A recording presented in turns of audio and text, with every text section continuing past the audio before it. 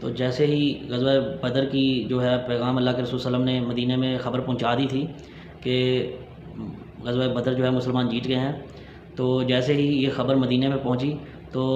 مدینہ میں تو عید جیسا سما تھا، لیکن جب مکہ میں مشرکین عرب کی شکست کی خبر پہنچی، جو بندہ گیا ہے خبر لے کر، اس نے لوگوں کو بلایا اور بولا کہ شیبہ قتل ہو گیا ہے، شیبہ بن ربیعہ قتل ہو گیا ہے، عتبہ بن ربیعہ قتل ہو گیا ہے، ولید بن عتبہ قتل ہو گیا ہے، ابو جہل قتل ہو گیا ہے، اور اس نے امیہ بن خلف کا بولا کہ وہ بھی جو ہے وہ مارا گیا ہے۔ تو اس طرح اس نے ساری جنگ کی تفصیل بتائی اور بولا کہ یہ جو جنگ ہے اس میں ہمارے بڑے بڑے سردار جو گنوائے اس نے وہ مارے گئے ہیں۔ تو صفوان بن امیہ جو ہے وہ بیٹھا ہوا تھا کعبے کے پاس، تو اس نے کہا کہ یہ آدمی پاگل ہو گیا ہے، اس سے پوچھو کہ صفوان بن امیہ تو یہ بولے گا وہ بھی قتل ہو گیا۔ تو جب اس سے پوچھا کہ صفوان بن امیہ کدھر ہے، تو اس نے کہا وہ تو کعبے کے پاس بیٹھا ہوا ہے۔ تو لوگوں کو پتہ چلا کہ یہ کوئی پاگل نہیں ہوا، اور یہ جو خبر لے کے آیا ہے یہ معمولی خبر نہیں ہے، اور ادھر سے ابو سفیان بھی اپنا قافلہ لے کر داخل ہو چکا تھا۔ تو مکہ پورے میں ایک ماتم جیسا سما تھا،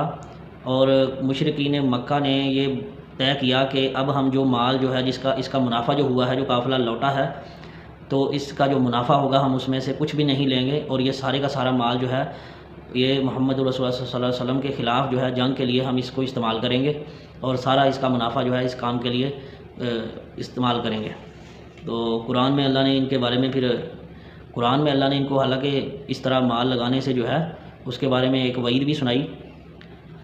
اعوذ باللہ من الشیطان الرجیم، بسم اللہ الرحمن الرحیم،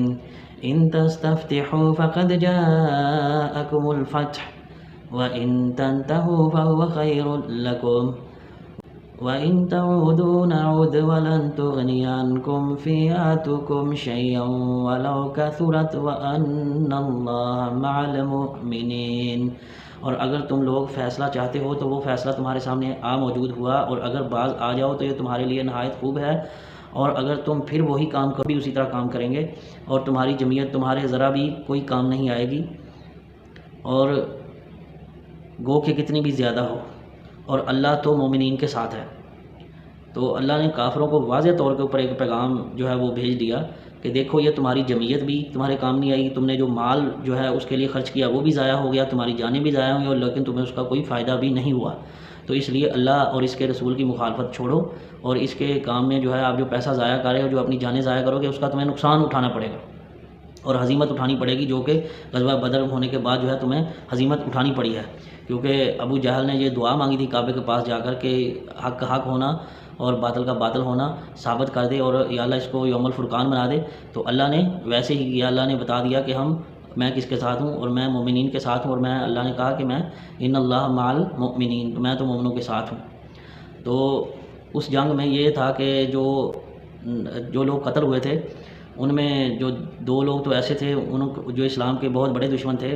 اور وہ قیدیوں میں سے تھے، وہ نضر بن حارث اور جو عقبہ بن ابی معیط، یہ دونوں قتل ہوئے ہیں۔ اور عقبہ بن ابی معیط کو جب قتل کرنے لگے تو اس نے کہا کہ آپ مجھے قتل کریں گے اتنے قیدیوں میں سے؟ تو اللہ کے رسول صلی اللہ علیہ وسلم نے فرمایا ہاں میں تمہیں قتل کروں گا۔ تو اللہ کے رسول صلی اللہ علیہ وسلم کے حکم سے وہ قتل ہوا تھا، اور وہ یہ اسلام کا اتنا بڑا دشمن تھا۔ اور اس کے بارے میں سورۃ الفرقان کے اندر ایک آیت بھی نازل ہوئی ہے، وہ آیت نمبر ہے 27 سورۃ الفرقان کی، وَيَوْمَ يَعَدُّ الظَّالِمُ عَلَى يَدَيْهِ يَقُولُ يَا لَيْتَنِي اتَّخَذْتُ مَعَ الرَّسُولِ سَبِيلًا۔